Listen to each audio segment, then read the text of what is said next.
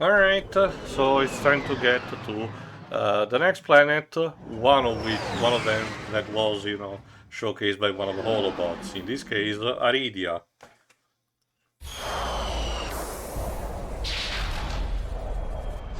Yeah, get used also to this animation. We will be basically a staple for most of the games. Gotta like how it has an orange tint, yet most of the place is actually pretty green on the Because it's base. during the night. One thing that I really, one detail that I really like in Rift Apart is how they do the Star Wars type transitions. Oh, the swipes. Yeah. Interesting. So, according to the holobot, the Skidman man says, crashed around here, and looky, we just found him. It's him, Skid McMarks. That man from the infobot. In the flesh, little dude. I don't remember You guys who get is a load of voiced that by. epic I space don't even battle know I was if in? We saw ya. the Screamed voice actor hell. stuck with the character. That was I like think a at the very war least for crime. free because My agent and he I shows got up there too. ambushed on the way to hoverboard. He's played by Neil Flynn in the original. He was played by Jess Harnell from the reimagination and onwards. Okay. Oh, come on. If you can take Oh, just I know it's great, so I sand don't mind sharks, that. I just might have a spare hoverboard for you. We'd love to help you, Mr. McMarks, but Ratchet and I need to find Captain... One of your boards? I've always wanted That a could decent come in hoverboard. handy. Well, alright. You just keep that foot elevated. Ratchet has a nick for affairs, and deals. So he's willing to help for a price. Again, after all, it's literally the consistent ideology in the entire galaxy. Do something for profit. You scratch my back, I'll scratch yours. That's more like, you scratch my back, I'll burn yours. Yeah, in this case, using the weapon we acquired in the previous level, the Pyrocinator. Again, standard Yes. flamethrower, but it has a cool name. You seem to be quite affiliated with using that weapon the most. Well, not really. It's just a Oh, half the weapon fun. we got. Well, like Theo said, half of the fun of these games is trying out all the cool new weapons you get. And here's one of our more rare collectibles, in this case, gold balls. They are The not golden balls. they are not that much compared to the regular one, but so as a result, those are basically the equivalent of the power stars in Mario. It's just that they are not need to unlock anything story related. Instead, you usually unlock different type of extras. Like, I don't know, different costumes. It depends on the game, but it's usually like different costumes or even cheats potentially.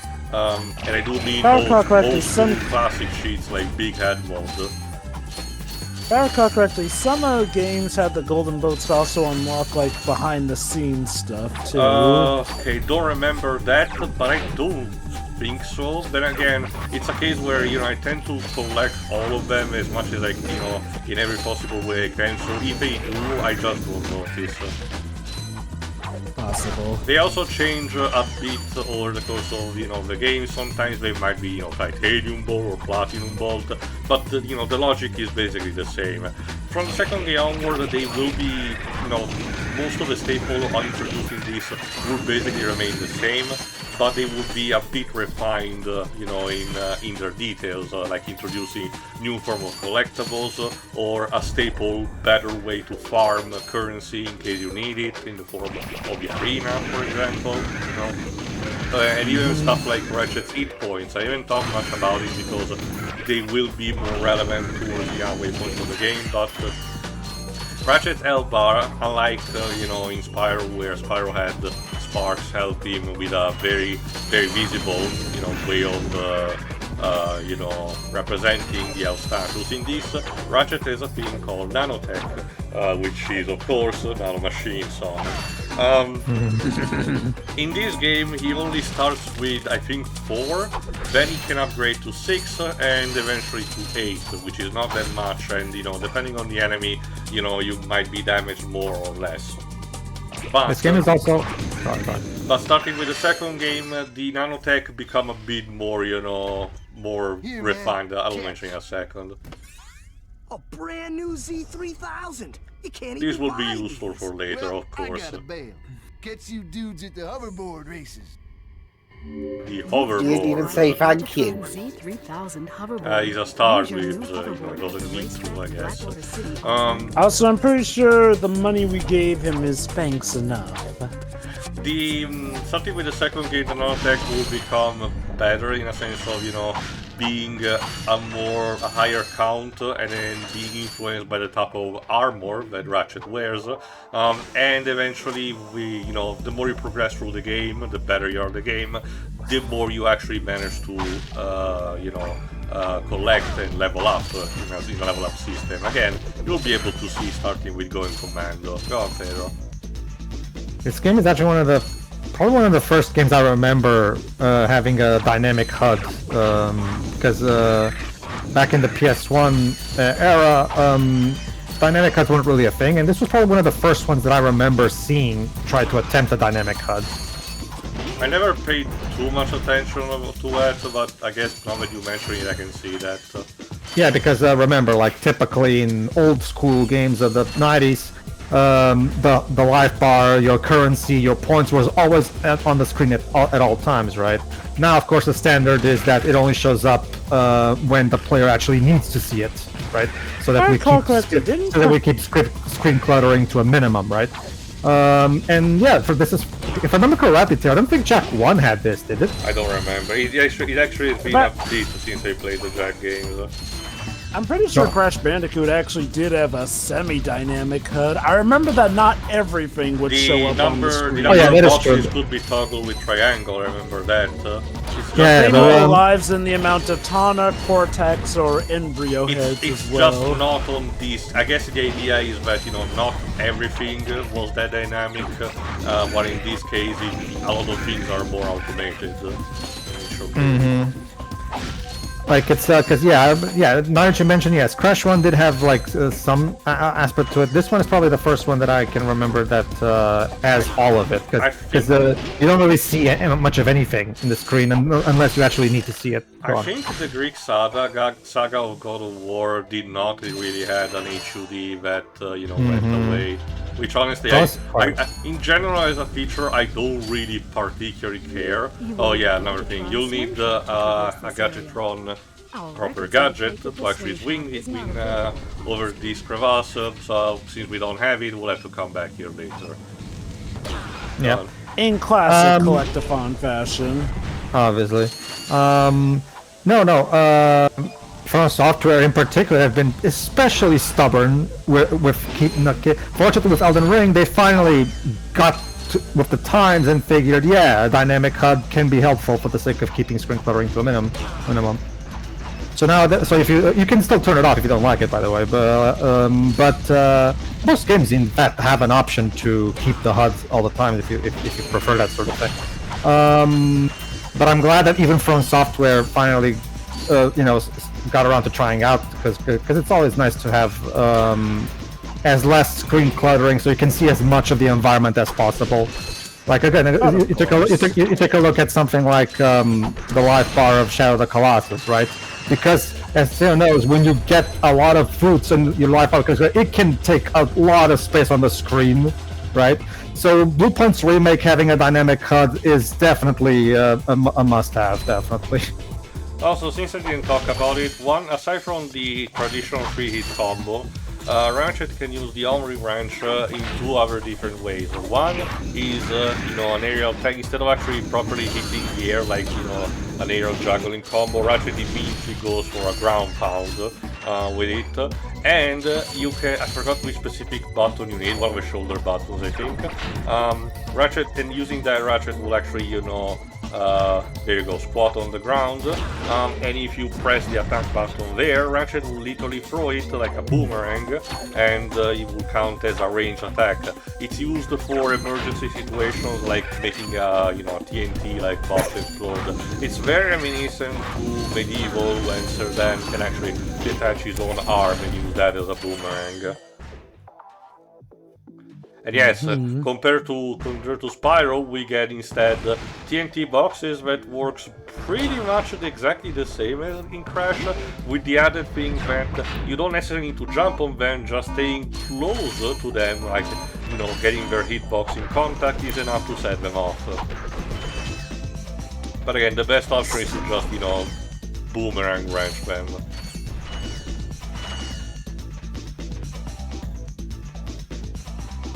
Also, much like as showcased also in the previous level, Ratchet can swim, but there are some, you know, liquid substances he cannot actually get in, otherwise he will sink. Again, literally like Spyro, starting with 2. But as showcased also, he also has an air meter, but one of the gadgets that you eventually will get will be, you know, a rebreather. Something very suspiciously similar to the mask that Aloy gets in Horizon Forbidden West. Of course.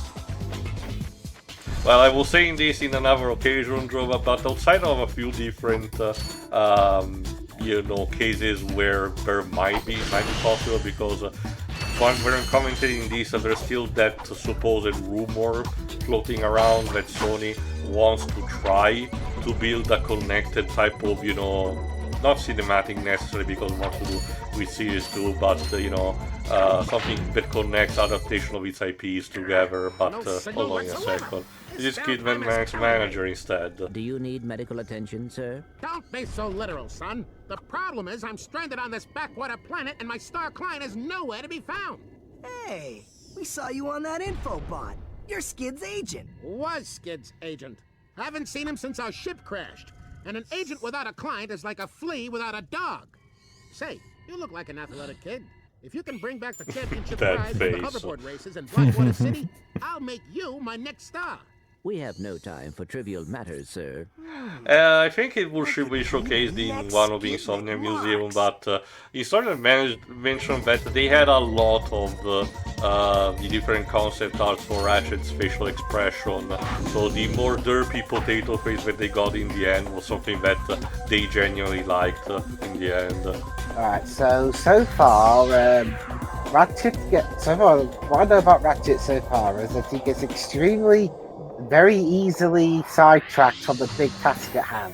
Yeah, he's seeking for profit. This would be one of the central motifs, at least, of this game, you know, shaping him up to actually become instead, you know, a figure that wants to, you know, instead do things for the right, because it's the right thing to do.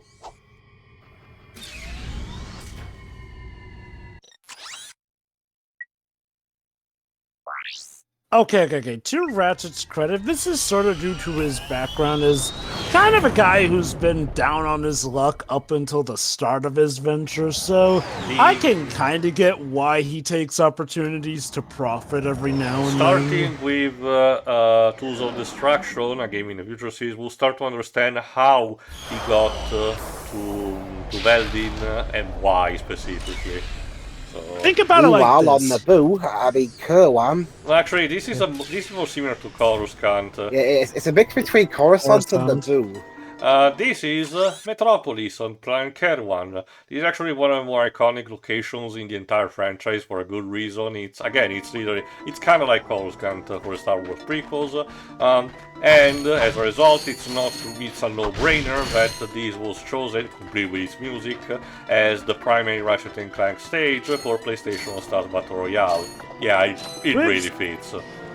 I can see what Dribs means, this being a fusion of Naboo and Coruscant, since it does have the greenery you would expect more from Naboo than Coruscant, but definitely has the city-like structures of Coruscant. But speaking of their characters, Ratchet and Clank are two literal opposites. Like, Ratchet is a relatively cynical guy who's been kind of worn down by the galaxy system, whereas Clank is an idealistic fellow who was literally born the day before yesterday, essentially. Welcome to the Captain Qwark Needless to say, enough, Clank has his reasons for being optimistic, and Ratchet has his reasons for being cynical. Can this marriage be saved, though?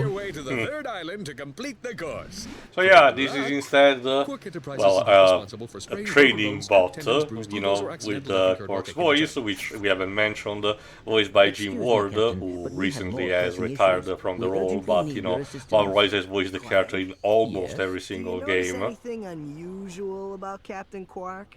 Well, I find the fact that he has a spring where his leg should be to be quite puzzling. And why do you think that is? Possibly an injury incurred while battling evil? This isn't the real Captain Qwark, you numbskull. It's a robot. Oh. Like you. Oh, there will be also discussion during the franchise, on the ethics about robots and safety. It's classic Isaac Asimov stuff. But yeah, I was mentioning again, outside of a few specific cases, a lot of PlayStation IPs tend to not be very compatible because a couple of most of them are either set in a post-apocalyptic Earth, or simply put have established rules that will not really gel well with others. But again, there are some exceptions. Back in the day, it was fairly common to see PlayStation Magazine literally putting up a rivalry between Ratchet and Clank and Jak and Daxter instead. And to be fair, their settings are fairly compatible because of different circumstances. Ratchet and Clank is a space opera that spans over different galaxies and different planets, and Jak and Daxter is set on a non-very specifically defined planet that is not really the real world. And let's not forget that Rift Apart clearly establishes that Jak and Daxter is in a different dimension. Oh, that is true. Okay, up until that point, however, the true franchise will frequently take very friendly jabs at each other with Easter eggs and all the such. Again, it's all in good fun. I kind of get it, in a sense where, as is typical, Naughty Dog and Insomniac tend to go hand in hand. Well, not just that, I think I didn't mention, but the engine for this game was actually not necessarily the same as Jak and Daxter, but Naughty Dog did actually help Insomniac into shaping up how the game look. Listen up, you loudballs. This is Qwark's personal instructor, Helga, which I think she's voiced by, What do you mean? I forgot the name, The circuit, ma'am. Lani Minella. Yeah, but it is weak.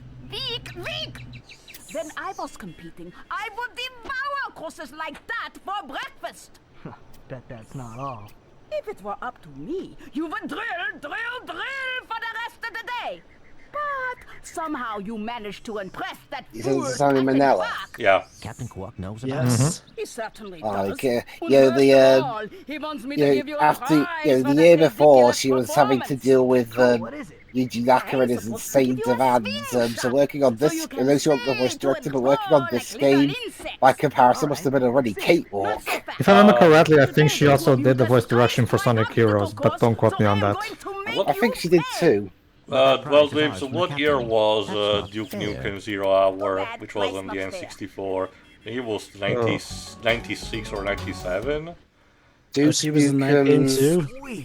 She voices every single female character in that one. It's quite insane. 1999. Yeah, so I'm not. 3 years before this. I guess I'm not too surprised. Lani Minella is a woman of vast range. Anyway, for our efforts, plus some balls, because of course can't forget that. And yeah, she's the voice director. We got the slingshot, basically context-sensitive, pad, buttons up there allows us to either intercept a target and go to the next platform, or in the case of the yellow one, swing freely. This first iteration is a bit clunky because you need to manually equip before you can use it.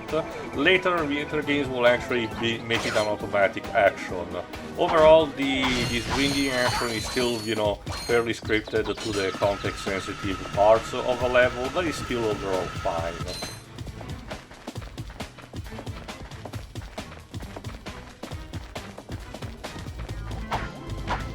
So, where to next? From the other direction where we went, specifically as RoboShack, since, we saw that in the other, holobot.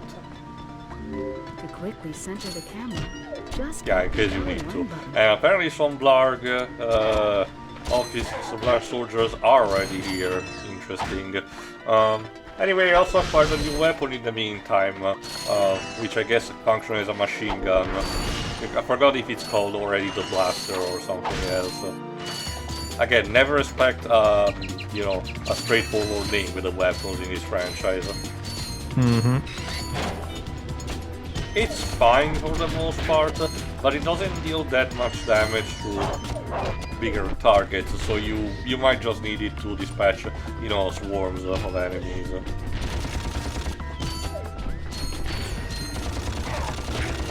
It's just that in this case, you know, you're still in the early game, so you need all the health you can get. It's also the fact that, you know, right now, for this very first game, your weapons are fairly stuck, you know, in the same state with nothing, you know, extra to them. The closest you get is in the post game, where you can, you know, improve them in a different kind of state as a reward for beating the regular game. But starting with the second game, they'll introduce a mechanic that, like I said, was eventually referenced in Resident 3 about the more you use a weapon, the better it gets. And a couple of games like Deadlocked / Gladiator will also introduce eventually manual modifications that give them extra perks.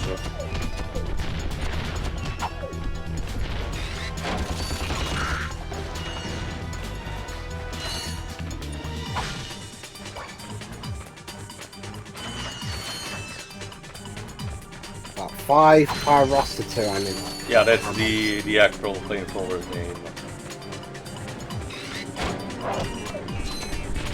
I guess if we use flamethrower, it's going to be rated 15. No, like I said, also, Dave, again, it's just to give, you know, the arsenal a personality. Alright, so let's meet Big Al. I forgot even who is also voiced by. Hey, you're that robot guy, right? Again, if you've seen The Simpsons, you know exactly what kind of nerd stereotype we're going for. Because, you know, which was the style at the time. So, now that we've cleared that up, what can I He's do for you? portrayed by Chris Hadfield. And I think, you know, for all the subsequent appearances of the character, they still retained his VA. Captain Qwark since we shot that commercial. He's not as recurring as some of the other characters, but he's fairly enough. Back at ya. I may be able to help you out after all. How does a Chris Hadfield. He doesn't seem to have a Wikipedia page. Let me check on IMDb.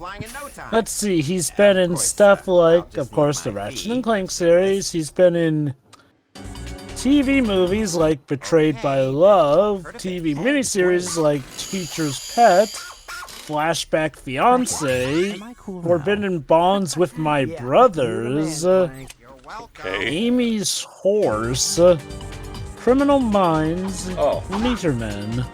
Anyway, these upgrades that we just got installed to Clank will be basically the biggest staple throughout the entire franchise, the helipack, which allows us to glide after a double jump to cover distances, or perform either high jump or high long jumps.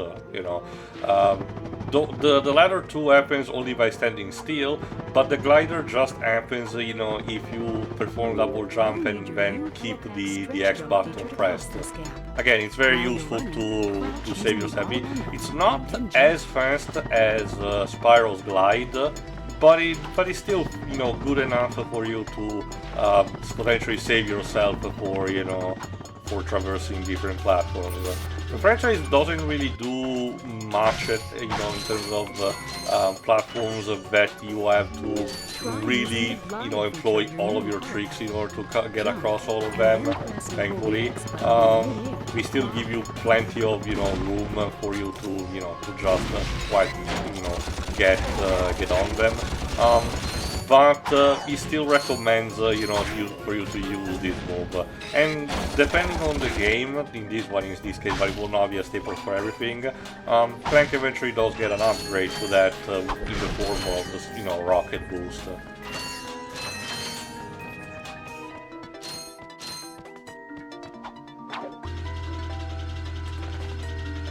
Alright, after visiting Al's shack, it's best to find where Captain Qwark might be, considering, the holoboard showcase that he should be here. Hilariously, in the PlayStation Stars Battle Royale stage, the crossover element, because for those who don't know, the gimmicks, one of the gimmicks for PlayStation Star Battle Royale is that a stage starts in one way and then another franchise hijacks it or clashes with it, you know, and it's a funny background stuff that happens. In the case of Metropolis, it's instead the Hydra from the very first God of War, which eventually Qwark has to take down on his own for hilarious results. Yeah, that's the ironic thing about... Well, okay, maybe I shouldn't talk too much about Qwark, but okay, if you're familiar with the series, you'll know that Qwark tends to be portrayed as something of a bumbling oaf. However, in spite of that, he can actually be capable at times. That's all I'll say for now until we meet him in the game. I actually know of a cartoon that I have suspicions possibly might have inspired Captain Qwark in some way. Like, I even showed it to Teo. Was that Dave the Barbarian? No. Hold on, I'll tell you. Okay. You know, as a kid, I actually gaslit myself into thinking that Qwark was a Patrick Warburton character. Like, he looks like one. Yeah, he does. I actually wouldn't be surprised if they do get Patrick Warburton to replace Jim Ward for whatever comes next. Well, I don't remember who they got for Rift Apart, but that was the first case of being replaced. Yeah, because Jim unfortunately can't do it anymore. That's why Captain Qwark apparently isn't in the game that much. Well, no, he's not. It also... Scott White. There you go. It also depends also on the game. Sometimes, you know, Qwark is pivotal to the plot. Otherwise, he's just there for basically not contractual, but you know, borderline being a cameo at best. You know, for example, one of the two spin-offs for the PSP will have basically this entire subplot be a very background element that you might even forget it exists. Go on. It's interesting because it's interesting here. He's gone from Legend of Heroes: Trails of Cold Steel to Crash Bandicoot, and now Ratchet and Clank. That's quite the range. Remember, he was also in Metal Gear Solid 3 as the guy that gives you the tip on to where to go to Groznygrad and has the Zone of the Enders Anubis action figure. And technically speaking, he's the designer of the first Metal Gear, technically. Yeah. Figures. Alright, now it's time to get the train. Typically a hover train, because this is the futurist future, but ever future. It's nice to see in the future we'll at least have cleaner means of energy usage. Or to quote that commercial, I forgot which actor had, I was promised flying cars. Sorry, no flying cars for you. Well, given how things are going now, flying cars may be a thing within this decade, God help us. But well, when it comes to the aesthetic of this franchise, again, in order to prioritize the comedy of the setting, it uses basically every sci-fi cliche that you can think of to adapt to the scenario. So, you know, you will get your futuristic city with flying cars, but maybe you have planets that are instead, you know, in a more prehistoric state, or maybe somewhere in between, you know, just for the sake of, you know, being varied with the level design. Again, it's pretty much your future starter pack. It's literally like Spyro, but just more sci-fi themed. You know, I bet you people made the theory that Ratchet and Clank is actually Spyro set in the future. Well, okay, obviously not, but there is, in Deadlock / Gladiator, there is an Easter egg from Spyro that is relatively well hidden, but I'll be able to showcase it.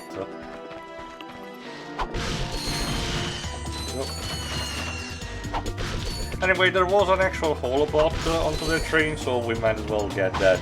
Also, considering this is a TPS, I'm surprised that the train did not crash, you know, after getting to the destination. Usually that's what happens. Okay. I don't remember who premiered that. Maybe Blood, the first Blood. Greetings, Executive Chairman Drek. Dispense with the pleasantries, Lieutenant. My sources tell me you're behind schedule. You must prepare this planet to be harvested for our new world. Yes, sir. As you can see, everything is moving along as planned. I'm counting on you, Lieutenant. And as your former commander can tell you, I don't take disappointment well. Ah, Klingon promotion. Classic. Makes you wonder how the Blarg managed to survive as a species so far. I mean, at least it's not Darth Vader promotion. Chairman Drek. He is quite dangerous. We must find Captain Qwark. You get choked to death in that one. I mean, at least in this one, you have at least have a chance of dying quickly. Perhaps we can persuade the lieutenant to tell us where Drek is. Now you're talking. Also, I noticed that Ratchet's, eyelids clipped a bit through his eyes. Get used to that kind of glitch. Ah, good old classics in that regard. Sometimes it was very in the original. Sometimes it's literally just a problem of the port that, Idle Minds, now Deck 9, did had, unfortunately. Like I said, this is not as bad as stuff like the Silent Hill, PS2 collection, but it could have been better as a set of ports. Alright, so now it's time to move, which we'll get in the next part. If I recall correctly, we will get back the secret using the swing shot to Aridia, and then I think we'll move to the wooden planet that was showing the holobot. So see you for that. See ya. See ya. See ya.